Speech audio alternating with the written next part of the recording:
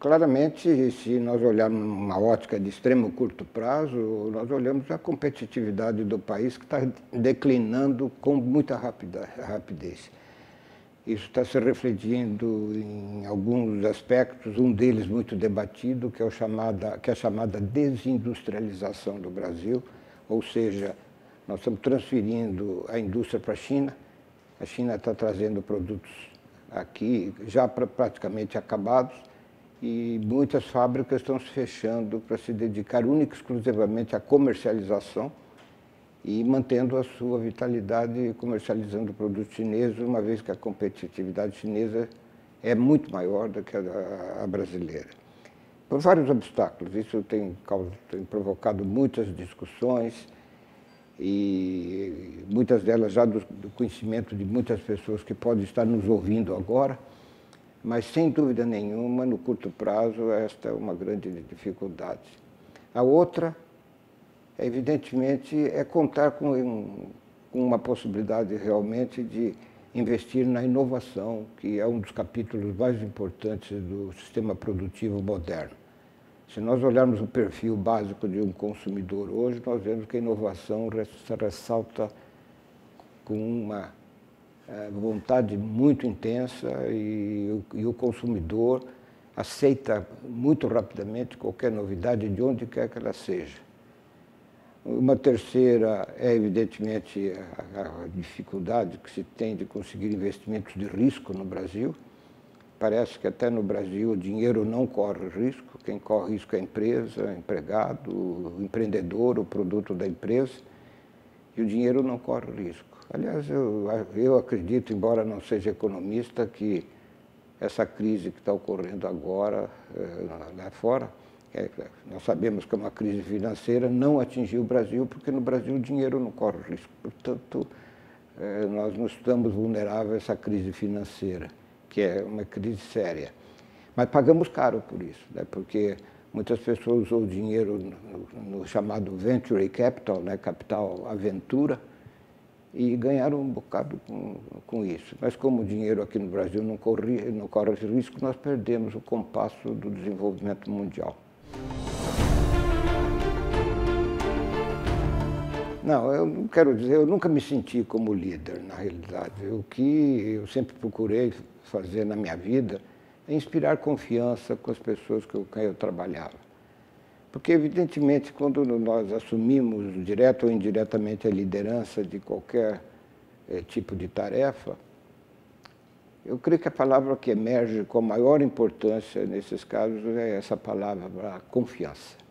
As pessoas têm que confiar umas nas outras, confiar na sua capacidade de realizar o que precisa ser realizado para tornar realidade aquilo que está sendo colocado como objetivo.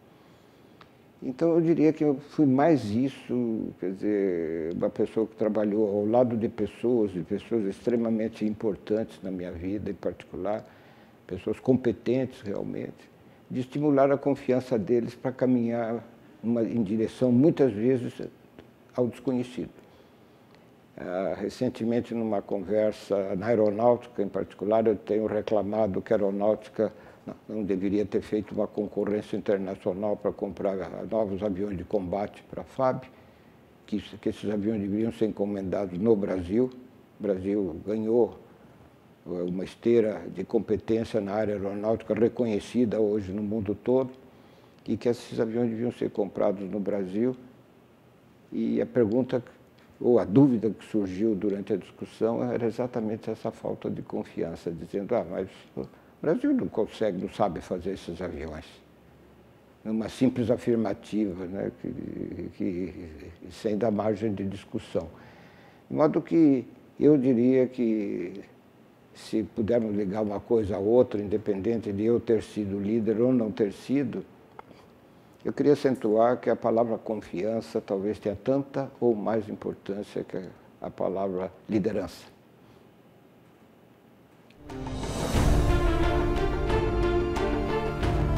A partir de 94, depois, em 2002, nós criamos uma empresa de biotecnologia, a Pele Nova Biotecnologia, e temos trabalhado intensamente na pesquisa do látex da seringueira, a matéria-prima que faz os nossos pneus, e descobrimos que o látex tem uma quantidade bastante razoável de princípios ativos extremamente úteis para a saúde humana. E um deles que ressaltou no nosso interesse foi um princípio ativo que, aplicado em tecido orgânico, intensifica a vascularização sanguínea. Como o sangue é o veículo da vida, pode-se entender, se o sangue está intensamente presente em algum lugar, ele age muito mais fortemente no sentido de restabelecer o organismo onde ele está. E, resultado, hoje nós estamos curando feridas de difícil cicatrização, inclusive pé diabético, que, segundo o SUS aqui em São Paulo, o SUS lá em Brasília, o SUS federal, diz que a cada 15 segundos alguém tem uma amputação de pé por causa do pé chamado pé diabético. Veja, se nós pudermos, e podemos, o nosso produto pode fazer isso, impedir essa amputação, você pode imaginar a melhoria de condição de vida que se pode dar para as pessoas. E o que aconteceu foi isso, ao longo desses anos todos nós tivemos êxito, conseguimos, daquela ideia inicial, daquela descoberta que é da Universidade de São Paulo, com quem nós trabalhamos, nós conseguimos vencer isso que nós falamos na resposta anterior, da dificuldade de conseguir capitais de risco para empreender. Nós conseguimos vencer na Casa da Pele Nova e agora uma empresa americana, a Valiant, deseja se associar conosco para a distribuição desse produto no Brasil e no mundo. Quer dizer, portanto, acho que vale a minha colocação, né, que é a Valiant que está se associando a nós. Ela comprou 20% do capital e agora, já no começo de abril, nós vamos iniciar a nossa primeira incursão no mercado comercial. Quer dizer, uma associação de uma empresa brasileira que criou a tecnologia, criou a ideia, patenteou o princípio, tudo isso, e agora nós estamos juntos para jogar no mercado internacional. O que isso sugere na sua pergunta fundamental? Você, na sua pergunta fundamental, colocou o que é que as companhias brasileiras precisam fazer para se internacionalizar. Um item é exatamente esse, dominar a propriedade intelectual. O Brasil, por exemplo, na área farmacêutica, nós clamamos no mundo inteiro que temos a maior biodiversidade do mundo. E talvez nós sejamos um dos países que usamos menos as seivas vamos dizer, os vegetais de um modo geral, para produzir produtos farmacêuticos destinados à melhoria da qualidade de vida. As estatísticas da ONU mostram claramente que a população mundial está envelhecendo. Até imagina-se que ainda nesta década é possível ver um cruzamento de ter mais pessoas velhas do que pessoas novas. O que vale dizer que o problema de saúde vai crescer de importância bastante grande. E é nesse trabalho, nessa direção que nós estamos empenhados. Quando nós colocamos que 90% dos fármacos brasileiros são fabricados lá fora, nós importamos 90% dos fármacos, com a nossa biodiversidade devia ser o contrário, né? Nós estaríamos exportando 90% dos fármacos. Mas do que é uma oportunidade bastante grande que nós estamos explorando. Então, internacionalização.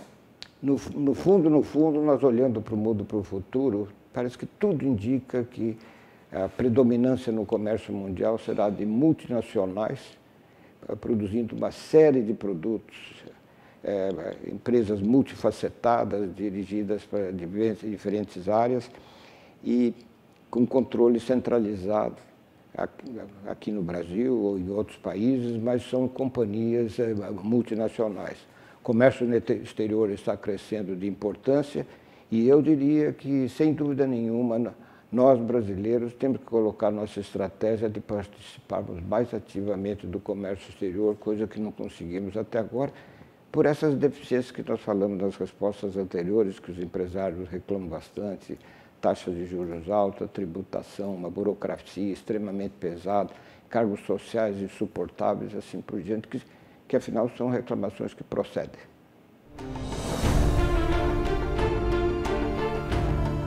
Eu acho que isso é uma realidade. Se nós olharmos as estatísticas mundiais, nós vemos que está havendo uma urbanização das pessoas.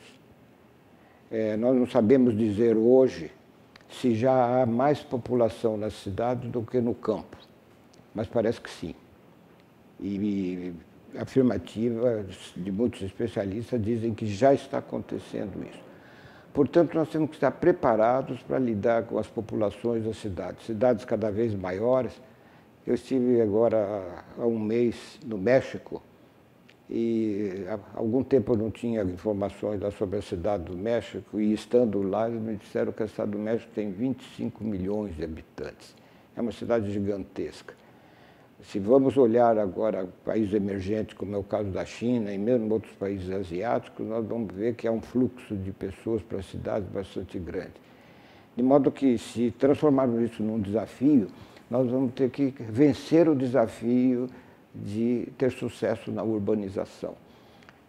Serviços públicos básicos poderem ser prestados, os problemas de moradia para todo esse pessoal, educação, enfim, todos aqueles serviços, não só materiais, mas serviços sociais que precisam ser prestados para essa população. Hoje, eu diria que os governos que estão cada vez mais centralizados, é uma realidade mundial, precisam pensar nessa estratégia de como lidar com essas massas humanas grandes, porque aí vem a questão também do transporte urbano.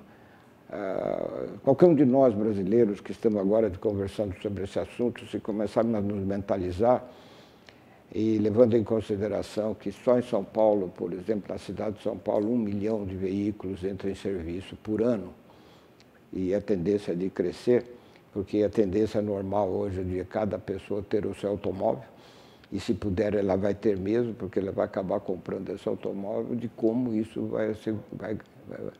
como será a circulação dessa cidade.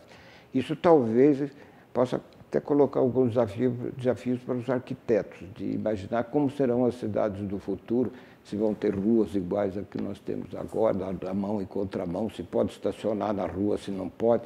Enfim, todo um elenco novo de comportamentos, de posturas e mesmo de legislação vão ter que ser contemplados para vencer esse fenômeno que não é mais, eu diria, um desafio, é uma realidade. Isso está começando, já está acontecendo e a tendência é nessa direção, que as massas urbanas serão maiores do que as pessoas que vivem no campo, que evidentemente têm uma necessidade muito menor de infraestrutura do que o sujeito urbanizado.